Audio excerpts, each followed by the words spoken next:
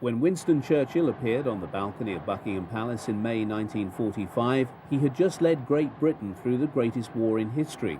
But at no time did he fear more for its outcome than during the Battle of the Atlantic, when the U-boat campaign came perilously close to strangling the lifeblood of the nation. A few days later, Londoners lined the embankment as a captured U-boat sailed up the Thames.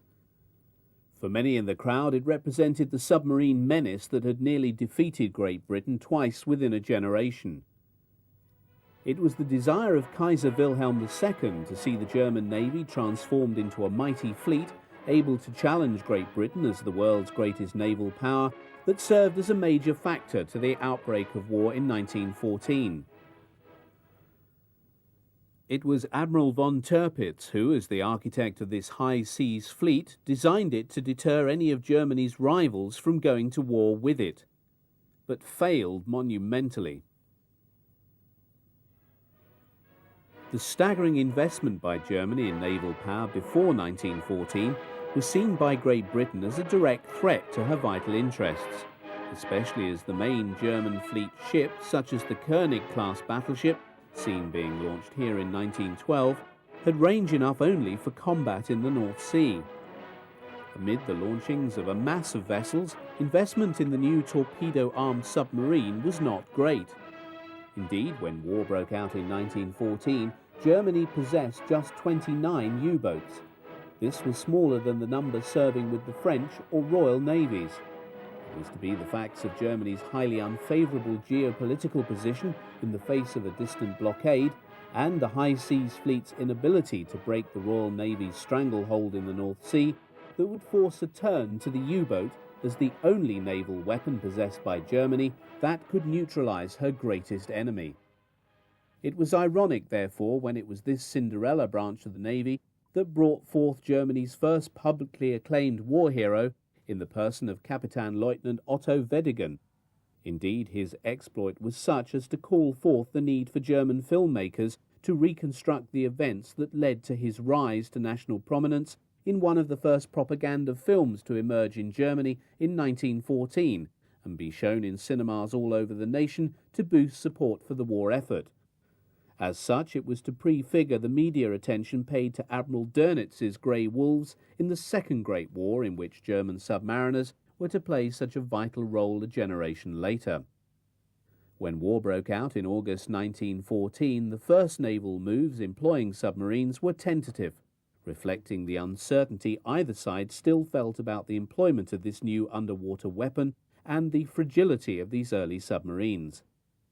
Weddigen, who commanded U-9, a small U-boat built in 1910, was sent forth with 9 other boats into the North Sea. Their task was to ascertain the position of British fleet units.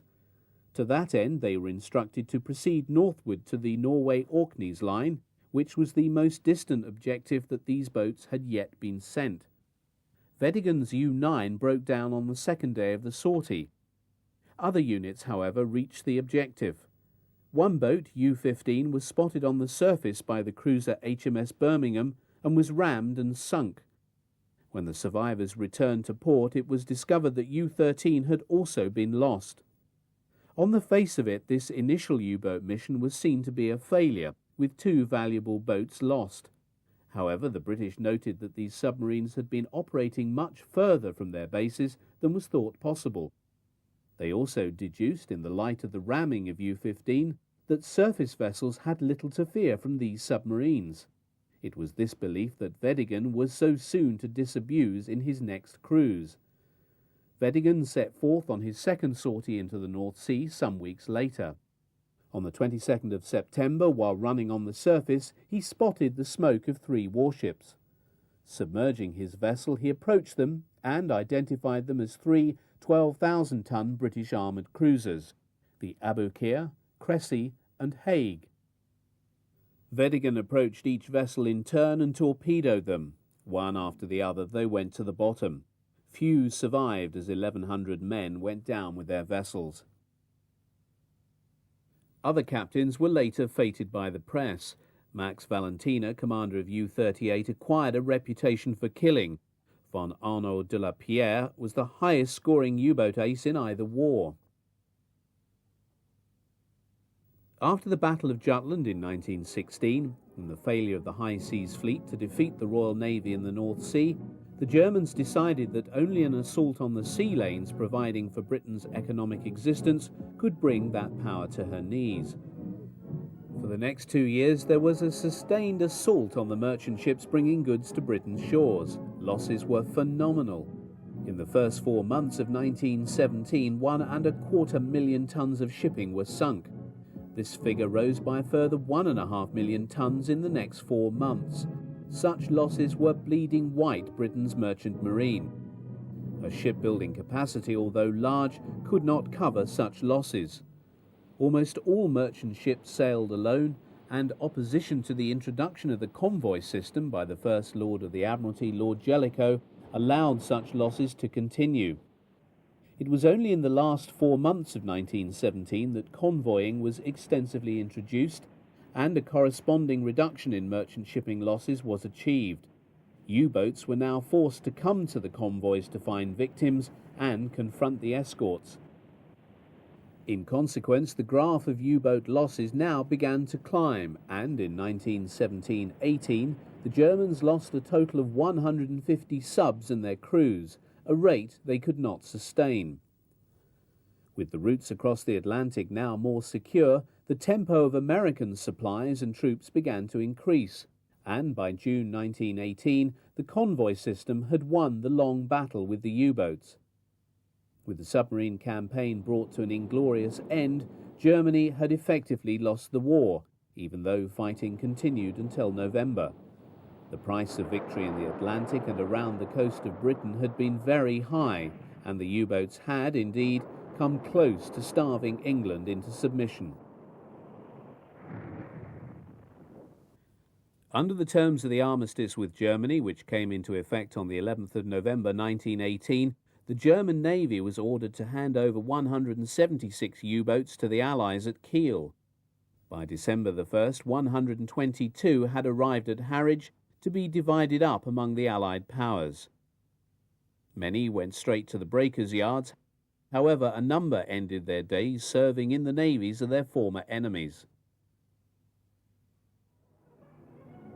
While Germany outwardly abided by the Versailles Treaty, behind the permitted naval construction seen here, secret steps were taken to retain expertise in the building of U-boats, and in 1922 a cover Dutch company was set up to actually build submarines for foreign governments.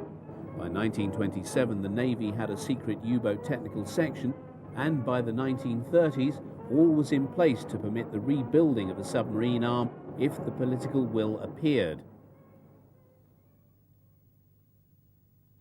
It did so with the coming to power of Adolf Hitler in 1933, who fully supported the Navy's senior officer Gross Admiral Erich Raeder in his quest for a new German Navy and a world fleet.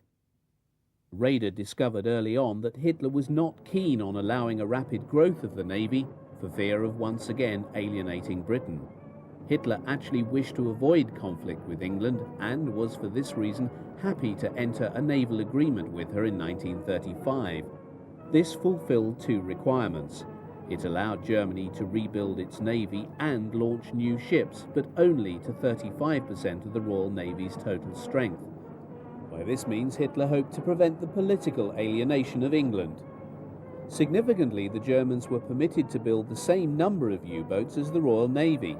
However, the naval staffs of both nations focused on the building of heavy surface vessels, as these were still seen, despite the lessons of 1914-18, to be the heart of a modern navy. Raeder, however, saw the agreement as merely provisional, and his plans for a massive expansion of the new Kriegsmarine, far beyond the agreed limit of the treaty, remained his ambition. From 1935 onwards, and in spite of the delays in the shipyards, Hitler was also wedded to the production of large warships, and was a battleship man after Raeder's own heart. It was in 1939 that Raeder presented to Hitler the final crystallization of his ambition for the Navy in the form of the Z Plan, which envisaged a fleet in which the battleship remained king. This unrealistic blueprint required the Navy to possess 10 battleships, 4 aircraft carriers, 4 armoured ships, 5 heavy cruisers, 68 destroyers and 249 U-boats, with a completion date of 1948 at the latest. With such a navy, Raeder assured Hitler that England could be defeated, and possibly even America as well.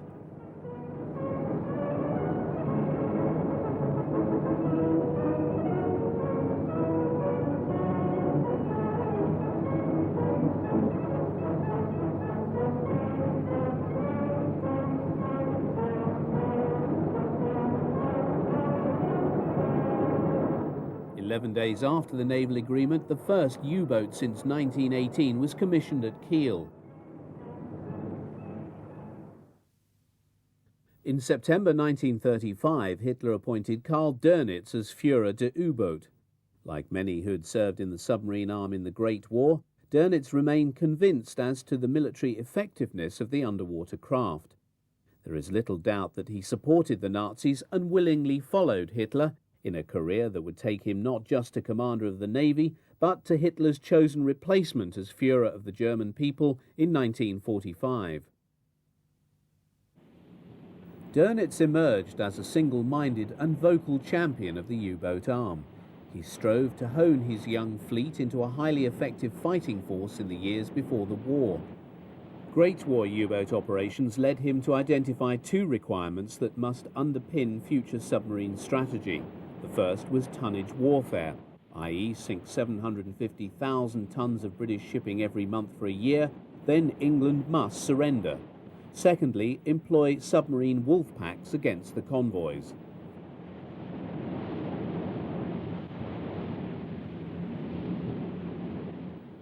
Of the submarines in service in 1939, the Type II weighed in at just 250 tons. Although Doenitz intended them as training vessels, the early onset of the war saw them employed extensively in combat. Seen here are the many variants of the 626-ton Type 7 U-boat, which was the most numerous class of submarine built in the war, with over 600 of the C model completed, although obsolete by war's end. The final design was the Type 9 and, at just over 1,000 tons, was more akin to the class of submarine operated by the British and American navies and was built in 5 versions, and they were not liked by their crews, who called them sea cows.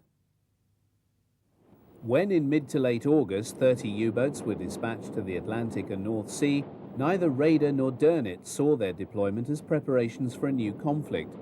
Reassured by Hitler, neither believed England would go to war in 1939. The opening salvos of the German attack on Poland were fired by guns of the oldest major warship serving with any of the navies of the great powers. As one of 3 large warships permitted Germany by the Versailles Treaty, the Schleswig-Holstein had been extensively rebuilt, even though she was constructed before 1906.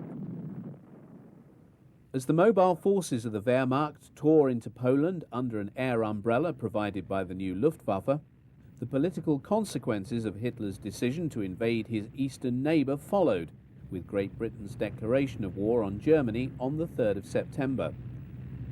A shocked Admiral Raeder believed that war would not come until 1944, by which time he would have possessed far more ships. Also, a stunned Doenitz announced that "We have today a weapon and a leadership that can face up to this enemy.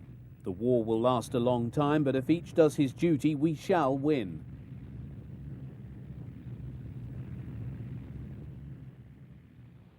When the radio message flashed out the news of the outbreak of hostilities, Doenitz had 18 Type 7 and Type 9 U-boats on station in the Atlantic. These were deployed from the northwest coast of Ireland through to the Azores. All carried the internationally agreed prize rules governing the sinking of ships. The actions of the captain of U-30 suggested, however, that Germany was prepared to flout them even from the outset of this new war. Commanding a Type 7 U-boat was Lieutenant Fritz Lemp, who was patrolling an area some 250 miles northwest of Ireland when, on the evening of the 3rd, he spotted a large vessel on a zigzag course heading westward off the normal shipping lanes. Lemp explained his actions by claiming that the vessel was an armed merchantman. He launched 2 torpedoes at the ship at 2100 hours, both of which hit. His victim was, in fact, a liner, the Athenia, outbound from Liverpool, and carrying 1,100 passengers, of whom 112 were lost, 28 being American. The British claimed that this sinking showed that Germany had determined from the outset to engage in unrestricted U-boat warfare. The opportunist sinking of the aircraft carrier HMS Courageous in the western approaches on September the 17th, with 518 of her crew by U-29, was embraced by Goebbels' propaganda department with altogether more enthusiasm than Lemp's action. Doenitz described the dispatch of one of the Royal Navy's prize vessels as a glorious success and saw it as confirming evidence that British U-boat countermeasures were not as effective as believed. Much was made of the submarine's captain as Otto Schuhart emerged as the first of many U-boat commanders to be lauded by the German press as a grey wolf. Schuhart had been in the Navy for just 10 years and had taken command of the U-29, a Type 7 submarine, just before the onset of hostilities. The U-boat would sink a further 16 ships in addition to the Glorious, with Schuhart being awarded the Knight's Cross on the 16th of May 1940. This victory provided the U-boat arm with a tremendous fillip, and the high morale of the officers and men was clear for all to see when Hitler visited a U-boat headquarters at Wilhelmshaven on September the 28th. Doenitz was keen for Hitler to personally meet and speak with his young charges. The evident enthusiasm and appreciation of the Fuehrer for the performance of the submariners was Doenitz's chance to present his argument to Hitler that, with 300 boats, he believed the U-boat arm could achieve decisive success over England. As the site of the internment and subsequent scuttling of the mass of the German High Seas Fleet in 1919 following the end of the Great War, Scapa Flow exercised a powerful hold on the minds of the Kriegsmarine. Doenitz had for some time been contemplating an attack on the base which, as in 1914-18, was being employed by the Royal Navy as a major fleet anchorage. In casting around for an able submarine commander in which to entrust the mission, he settled on Kapitaen Lieutenant Gunther Prien. Doenitz believed he possessed all the professional qualities and abilities required. U-47 slipped out of Wilhelmshaven on the 8th of October. Entering the difficult channel into Scapa Flow undetected on the evening of the 13th, Prien fired 2 separate salvos of torpedoes at HMS Royal Oak. Displacing some 33,000 tons, the battleship had been commissioned in 1916 and, although had been modernized in the 20s, was unable to withstand such an attack, and the ship sank, taking with her 330 crewmen. Prien and his crew returned to a rapturous reception. Hitler was said to be beside himself with joy at the news and immediately promoted Doenitz to Commander-in-Chief of the U-boat arm. From the earliest days of the conflict, newsreel cameramen often caught an aspect of Doenitz's behaviour that endeared him to many of his men throughout the U-boat war, and which many of its survivors still comment upon to this day. Whatever his limitations, a lack of leadership charisma was not among them. Until he became Gross Admiral and based in Berlin, he always attempted to be present at the return and departure of one of his submarines, firstly in Germany and, after June 1940, in France. Awards were frequently presented on the spot, Doenitz being of the opinion that this contributed greatly to morale. He also made it a point to be present at every passing out parade. His practice of shaking the hands of each man, lingering a short while, and looking straight into his eyes is often commented upon by veterans. Their reference to Doenitz as the Lion or Uncle Karl is the measure of their high regard for him. By year's end, his U-boats had sunk a total of 114 vessels, amounting to some 421,000 tons at a cost of 9 U-boats. 7 of these, comprising 3 Type 9As, 1 Type 7A, 1 7B and 2 Type 2Bs, have been sunk by the end of October, with U-35 and U-36, both 7As, being lost in November and December.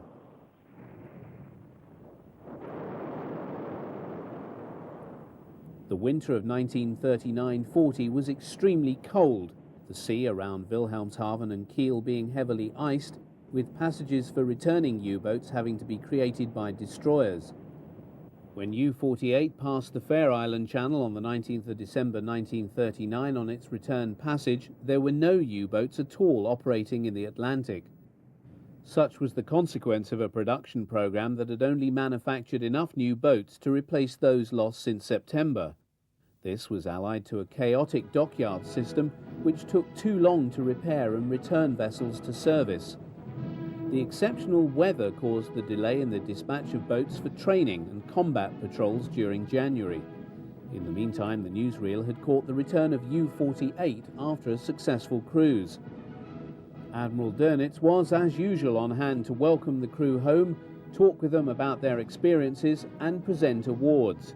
Many men are seen receiving the Iron Cross, and this film clearly shows the manner in which Doenitz related to his men.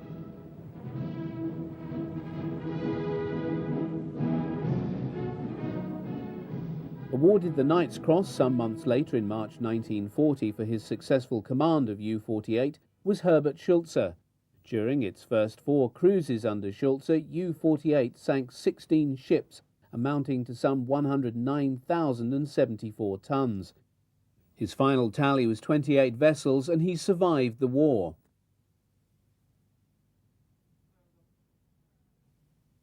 Hitler's decision to forestall any Anglo-French attempt to interrupt the vital shipment of iron ore to Germany through the ice-free port of Narvik in northern Norway led to a commitment of the bulk of the Kriegsmarine surface fleet to Operation Weserübung in April 1940. Denmark capitulated within 24 hours of the beginning of operations on the 9th of April, but German moves on Norway prompted a major response from the Royal Navy. Integral to the German naval plan was the involvement of all serviceable U-boats to support the surface elements. The need for submarines for the Norwegian operation led to the cancellation of U-boat operations in the Atlantic.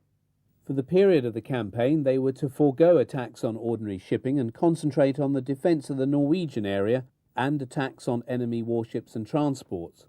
Their subsequent performance in the intense naval operations amid the fjords were deemed by the Germans themselves to have been a failure. Post-battle analysis pointed the finger of blame not at U-boat commanders nor with their tactics, but to the inadequacy of the torpedoes, the spectacular record of failure of which now led to a crisis within the U-boat arm. Commanders described how torpedoes exploded prematurely or not at all, so that many attacks on enemy warships came to nothing. The subsequent discovery that torpedoes, whether fitted with contact or magnetic pistols, did not function properly in northern waters meant that to all intents and purposes the U-boats were without a weapon. Months would elapse before these problems were solved. The unfolding events of May and June 1940, when German ground and air forces occupied the Low Countries and vanquished the Anglo-French armies, was watched with rapt attention by the U-boat High Command. With the fall of Paris and the signing of the French surrender on June the 21st, Doenitz and his colleagues realized that the naval war had now been transformed. At one fell swoop, the strategic situation of Germany at sea had been revolutionized by the delivery into German hands of the ports along the Bay of Biscay and their direct access to the Atlantic and the vital arterial sea lanes on which Great Britain depended for her existence. In anticipation of such an outcome, U-boat Command had a train waiting and equipped with torpedoes and personnel necessary for the maintenance of U-boats, which was dispatched to the Biscay area within 24 hours of the surrender. Although the Germans were denied access to the French Navy under the terms of the surrender, its mothballing robbed the Royal Navy of many French vessels which it had been able to use in the vital task of convoy protection. Doenitz was therefore not exaggerating when he described the changed strategic situation as of the greatest possible significance to the U-boat campaign. While his leader basked in the adulation of his people during the Great Victory Parade in Berlin, Doenitz was gearing up his men for a long war, for he did not believe Britain would surrender or be invaded.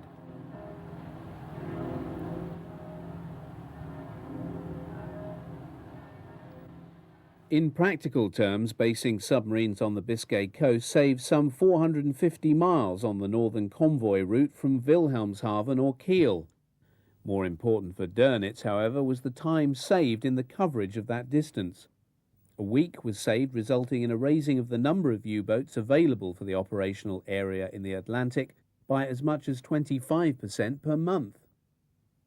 On July the 7th, Kapitaen Lieutenant Fritz Lemp sailed U-30 into the port of Lorient on the southern coast of Brittany to become the first German submarine to employ the facilities of this former French naval base.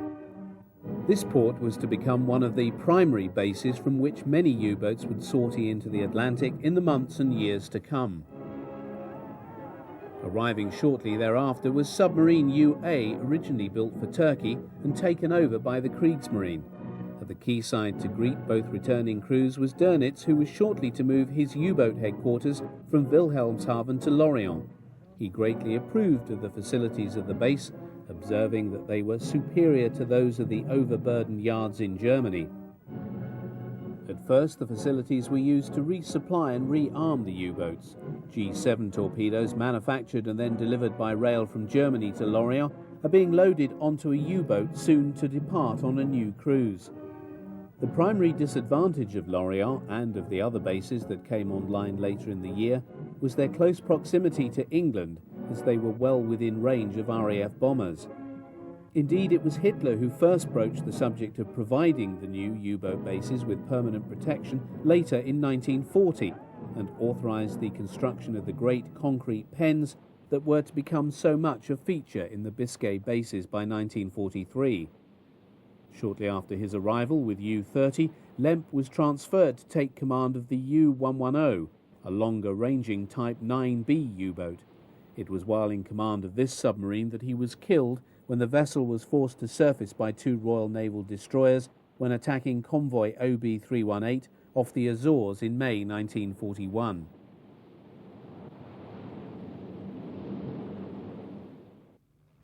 If for the British the second half of 1940 was to witness a major hemorrhage in shipping losses, then it was their perception that it was not just the U-boats that were responsible.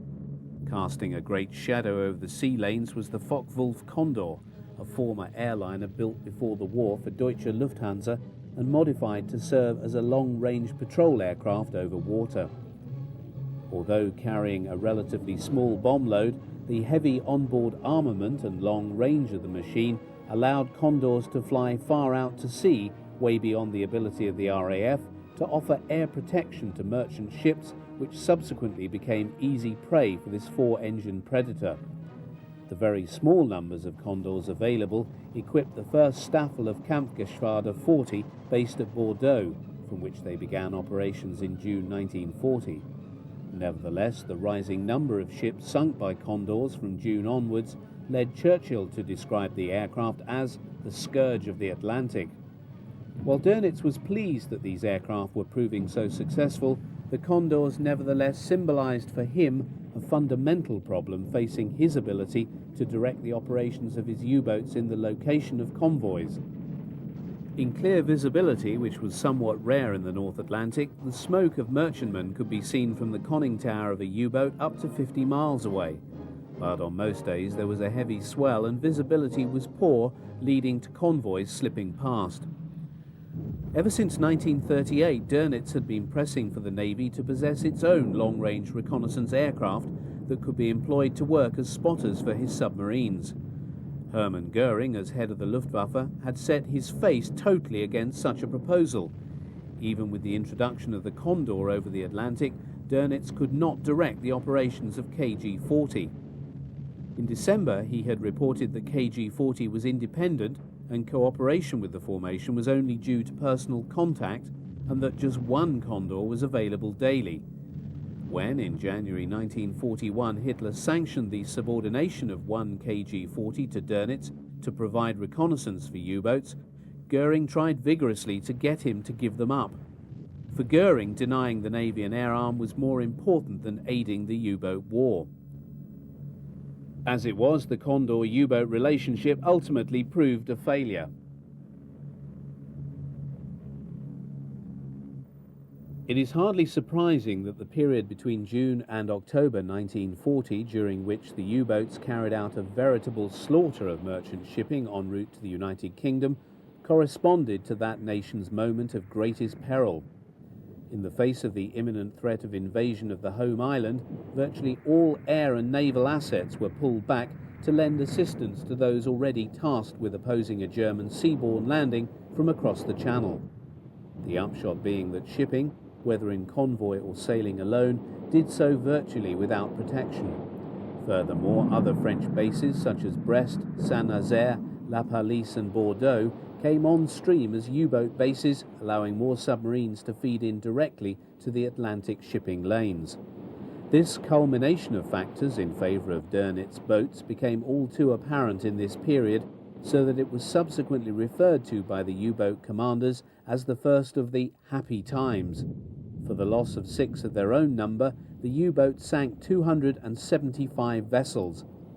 The worst month for the British was June, where, in addition to the 58 ships sunk by submarine, a further 22 were dispatched by the Luftwaffe, a total amounting to 479,000 tons. Using wolf-pack tactics employing multiple U-boats, the submarines attacked on the surface and in darkness. On the night of the 21st of September, U-boat numbers 99, 65, 48, 46 and 43 attacked convoy HX-72 by this method and sank 11 vessels. On the 19th of October, employing these same methods, convoy HX-79 was attacked and 12 ships sunk. One Royal Navy captain observed of the U-boats how, thanks to their low silhouette, they are almost undetectable in the dark. Because of their small size, they can avoid collisions or speedily disappear under the waves if spotted by escort ships. Our ASDIC is virtually useless against this mode of attack, and we are almost powerless under such conditions. For Doenitz, such actions and such successes provided grim verification of the techniques developed since 1935 in training U-boats to attack convoys employing pack tactics. The emergence of a rash of highly successful submarine captains was exploited to the full, with their faces being splashed across the newspapers and the newsreels.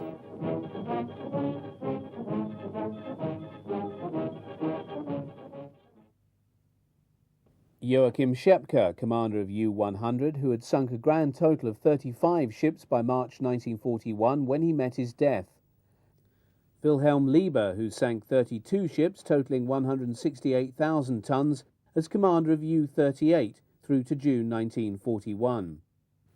Best known of the Grey Wolves at this time because of his Scapa Flow exploit was Günther Prien.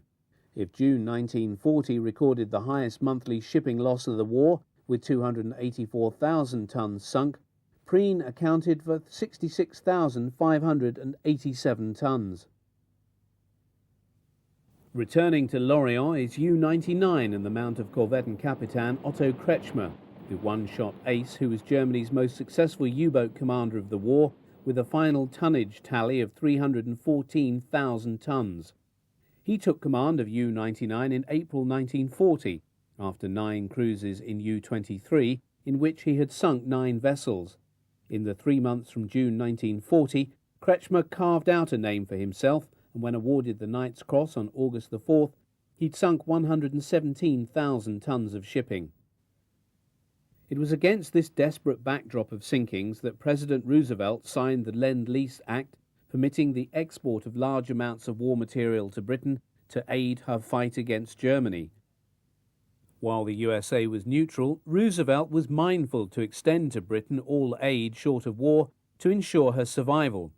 Churchill openly admitted to the US president that he was facing a catastrophe at sea and needed to obtain additional escort vessels to protect the convoys. In a deft political move that sidestepped his critics in Congress, Roosevelt granted Churchill's request and exchanged 50 World War I four-stacker destroyers for leased bases in British territories overseas. Although on paper the transfer of these 50 destroyers provided the Royal Navy with a vital infusion of escort vessels, in practice they left much to be desired. Renamed the Town class, these 4-funnelled vessels were to render sterling service. Capable of high speeds, they were loathed by the crews fated to serve in them. They were narrow, rolled viciously, and were difficult to handle. Nevertheless, most of them performed well, and they filled a critical gap in the Royal Navy's defences during a time of desperate need.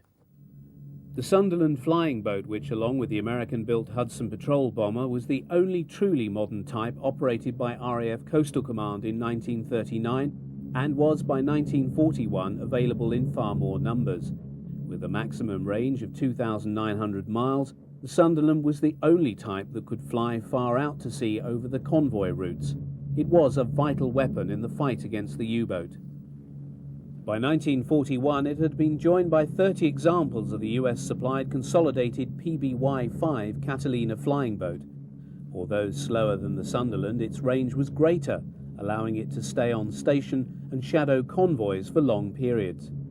When carrying depth bombs, it was used to attack U-boats.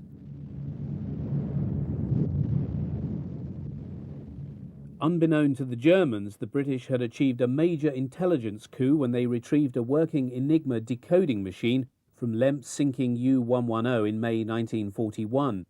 Sent to the Special Intelligence Service station at Bletchley Park in England, the codes were broken by the end of May. Deciphered signals sent by U-boat command to their ships in the Atlantic were thus being read, in consequence of which the Admiralty rerouted convoys to avoid U-boats. A radical improvement in other measures in the first half of 1941 saw major successes against the U-boats. Increases in escort numbers, improved techniques and surface radar all came together in this period, and many U-boat aces became their victims. Shepka perished on the 17th of March when the destroyers Vannock and Walker killed U-100 after a long pursuit, Vannock ramming the surfaced submarine. In consequence of these more effective defensive measures by the Royal Navy, the U-boats found their areas of operations being forced further westwards and out into the Atlantic. Possibly the most famous victim of the new escort techniques was Gunter Prien. On the 6th of March, Prien attacked convoy OB-293. Denied success, he nevertheless maintained contact.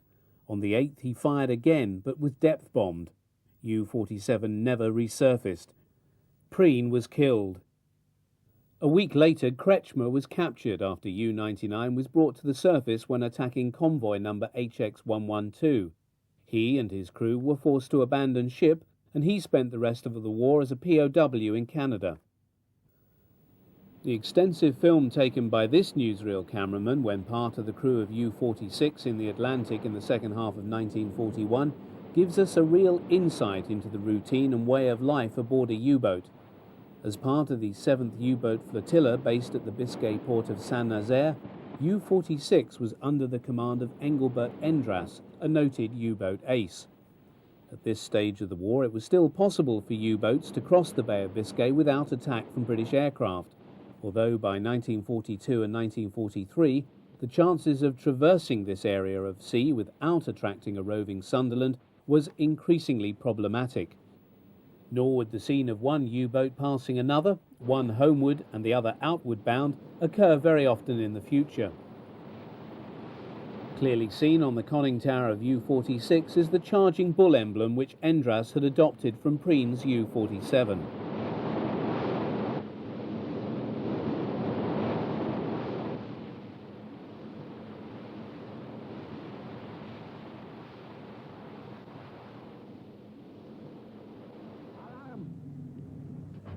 Having spotted smoke on the horizon, the alarm is given and the submarine prepares to crash dive. Watch crew comes tumbling down the interior of the conning tower, with the last being Endras himself.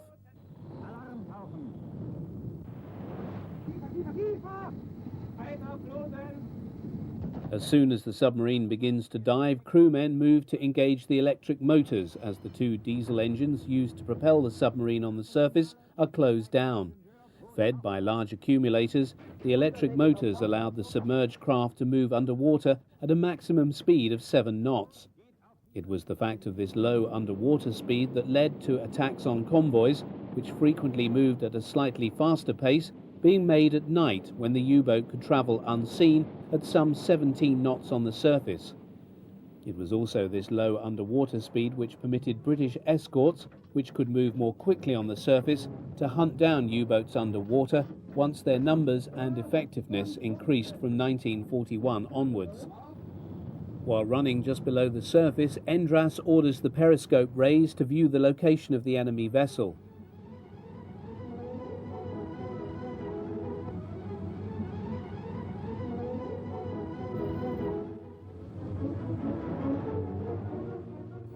In the absence of enemy escorts, Endras has chosen to dispatch this merchantman by gunfire.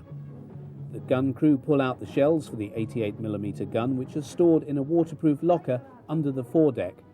Normally, the gun would be used to finish off a vessel that had first been damaged by torpedoes. This, if possible, was the preferred method, as torpedoes were valuable weapons and were to be preserved where possible. Exhaustion of the torpedo complement normally required a return to port.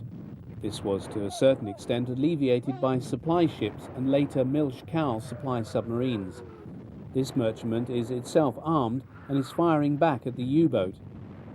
The final outcome is not in doubt, and a number of hits from the 88 along the waterline of the vessel seal its fate, and it sinks to a watery grave.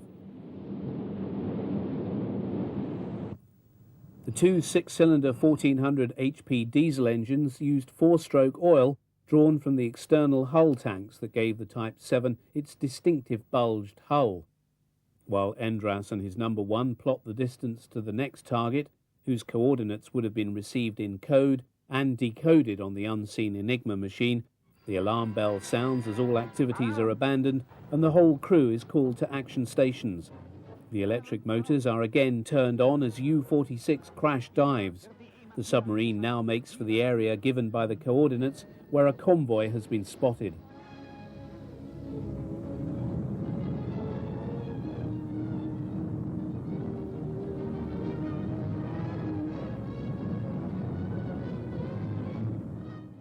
Endras surveys the horizon, the convoy is seen in the distance. A target is selected.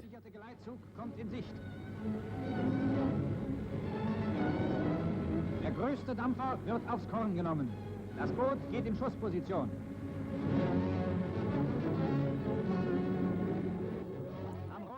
The torpedoes are now loaded. Order is given to fire, and the first of the fish is away. Die Laufzeit des Torpedos wird mit der Stoppuhr verfolgt. A cry goes up as a hit is registered, the detonation being clearly heard underwater. Endras surveys the now blazing vessel, and shortly thereafter another merchantman sinks beneath the waves. Endras was a practiced sinker of merchantmen.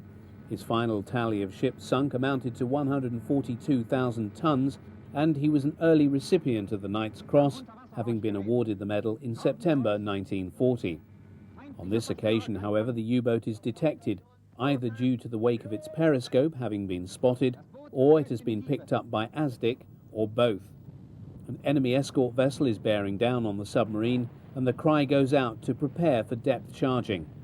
The boat now goes into a steep dive in the hope of getting below the preset depth at which the charges are primed to explode.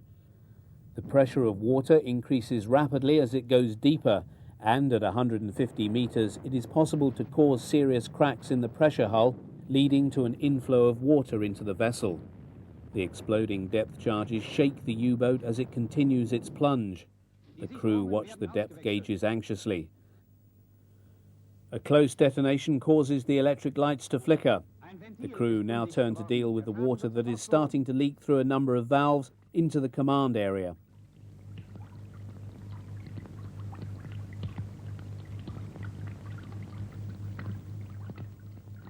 The inflow is secured. The submarine now returns to periscope depth. On occasions, the persistence of British U-boat hunters caused submarines to stay submerged for a very long time. Endras now orders his U-boat to the surface.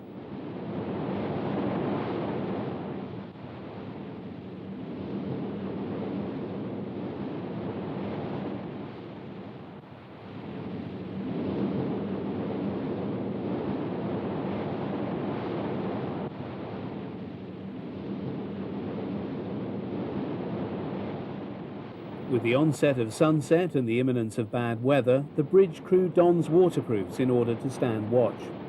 Weather conditions in the Atlantic were often very poor and visibility low. Spotting enemy vessels under such conditions was difficult, the conning tower of a U-boat not offering an exceptionally high vantage point for observation purposes. Down below, crewmen take the opportunity to sleep. Due to the very cramped size of the U-boat, sleeping conditions were primitive, with hot bunking the norm. One crewman coming off duty would sleep on the same bunk as another who had just gone on duty. Even the sleeping conditions for the officers was extremely cramped. For the torpedo crew, maintenance of their charges was an important and regular part of their onboard duties. Known as eels, the torpedoes were withdrawn from their tubes every 4 or 5 days for maintenance. The captain, who was himself catching some sleep, is woken to attend a crewman who's damaged his arm. With all the many projections and rough and tumble of life in such a confined space, minor injuries were a common problem on U-boats. This patient is helped by a glass of medicinal schnapps or liberated whiskey. Endras takes advantage and has one himself. Auch hierbei hilft der Kommandant. Zum 50. Male dieselbe Platte und immer noch keine Rauchfahne. Zapfenstreich, es kann 3 Tage kosten, Kamerad, ich komm ja gleich. Das sagten wir. Das einzig Erfreuliche. Wie gerne sich mit dir gehen, mit dir, Lili. Die Freiwache spielt Dauerschach. On the bridge, the morning watch are searching the horizon for vessels as the U-boat plunges through a heavy Atlantic swell. Smoke is now spotted on the horizon. After a short discussion among the watch crew, the alarm is given. The bell rings throughout the ship as the crew is signalled to prepare for diving. Those asleep in their bunks roll out and run through the narrow passage of the U-boat to their duty stations. Lily Marlene is forgotten as the well-rehearsed and tried routine of action stations goes into play.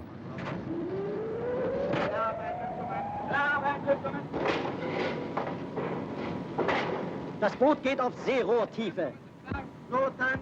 Loten!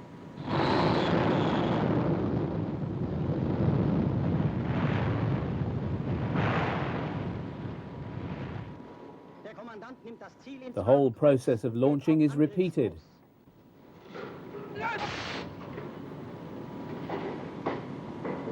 Rohr 2 los!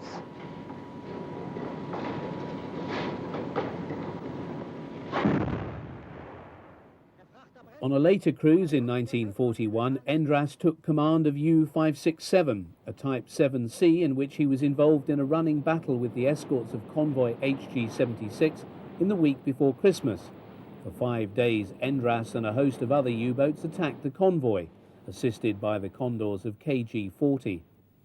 In the early hours of the 22nd of December, after a 2-hour hunt of the U-boat with Azdik, the escort sloop HMS Deptford located Endras' submarine, depth-charged her and sank her. Endras and all his crew were lost.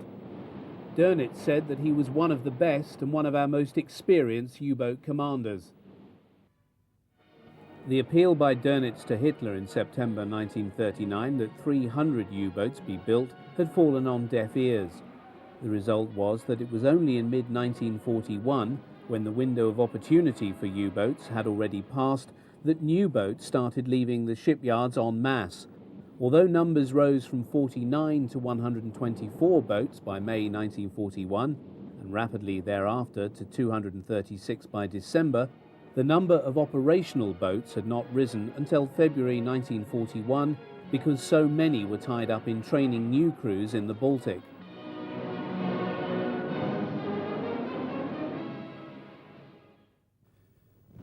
Doenitz could not hope to get Hitler to commit the economic resources to building the U-boats he needed once Germany had invaded Russia in June.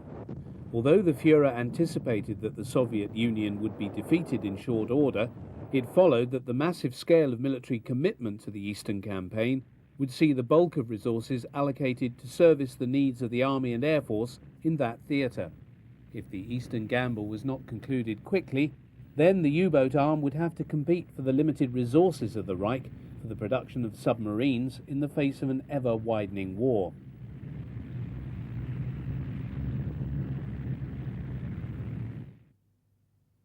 Doenitz also failed to get Admiral Raeder to convince Hitler to change his mind concerning his decision to send U-boats to the Med. On August the 26th, Doenitz had received an order from Fuehrer headquarters ordering the redirection of 6 submarines from the Atlantic to the Mediterranean theatre, where they were to help protect the vital supply routes from Italy, servicing the German and Italian forces in North Africa. This he regarded as a fundamental change of strategy which drew resources away from the Atlantic, which he saw as the primary theatre of naval operations, in order to serve his secondary concerns. Most frustrating was that at the very time he was witnessing the first real rise in the number of U-boats available to strike a crippling blow against the Atlantic convoys, he saw the means to do so snatched from his hand and directed elsewhere. Hitler was ever anxious to prop up the position of his Italian Axis partner. It certainly was the case that the Royal Navy had been achieving remarkable success against Axis shipping in the Med. Contrary to the images displayed in this propaganda film of the Italian Navy defending a small convoy, it frequently came off the worse in encounters with British submarines and in surface engagements since Italy had entered the war in May 1940. Anxious to ensure that the Italians had no excuse to backslide from their commitments, Hitler had sent the U-boats to combat the effectiveness of the Royal Navy in the theatre.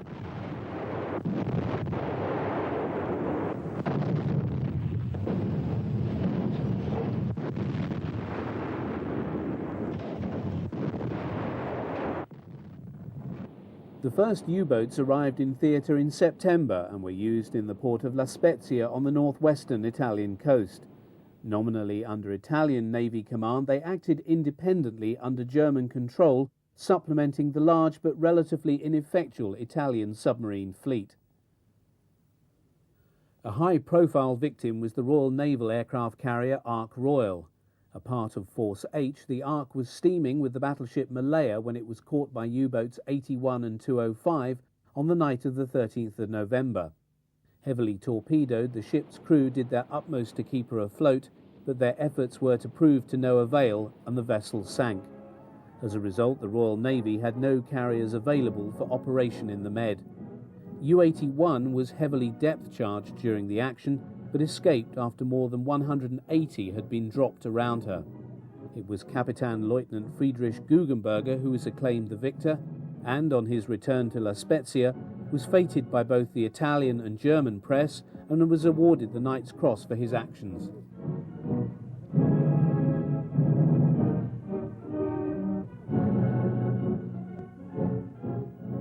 Also present at this award ceremony was Kapitän Lieutenant Hans Dietrich von Tiesenhausen, the commander of U-331. He had assumed command of this Type 7C U-boat on the 31st of March 1941 and had made one uneventful cruise in her before being dispatched to the Mediterranean. It was on the 25th of November that Tiesenhausen had encountered a large formation of British warships, comprising 3 battleships and 8 destroyers, off the coast of Mersa Matruh. He fired a spread of 4 torpedoes on the battleship HMS Barham, a modernised veteran of the Battle of Jutland in 1916. The Barham was caught on some of the most graphic film of the war when it capsized and exploded, taking with her 860 crew.